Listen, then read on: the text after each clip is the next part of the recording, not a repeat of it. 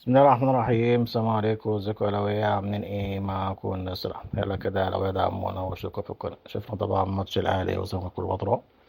ماتش كويس، الاهلي بدأ كويسة. يعني كان ممكن نخلص الماتش 3-4، بس الاهلي ما كانش بدأ فرص كتير جدا جدا جدا، ومفيش توفيق طبعا مع النادي الاهلي. لكن كان بداية نستمر عليها، بداية كويسة. بدأنا نلعب كورة كويس عن الفترة اللي فاتت. بس احنا محتاجين بس الفرص اللي هي اللي تجيلك خلصها، لان انت في ماتش صعب ممكن ما تجيلكش تاني.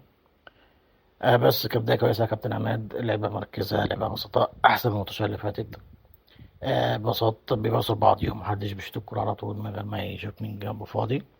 فبداية كويسة يا كابتن عماد، يا رب إن شاء الله نستمر على كده ونكسب ماتش حرس الحدود والزمالك إن شاء الله اللي جايين. أفضل لعيبة اللعبتين امبارح كان تريزيجيه، بن شرقي ومروان عطية. يلا لو دعمونا وشكرا في القناة. السلام عليكم.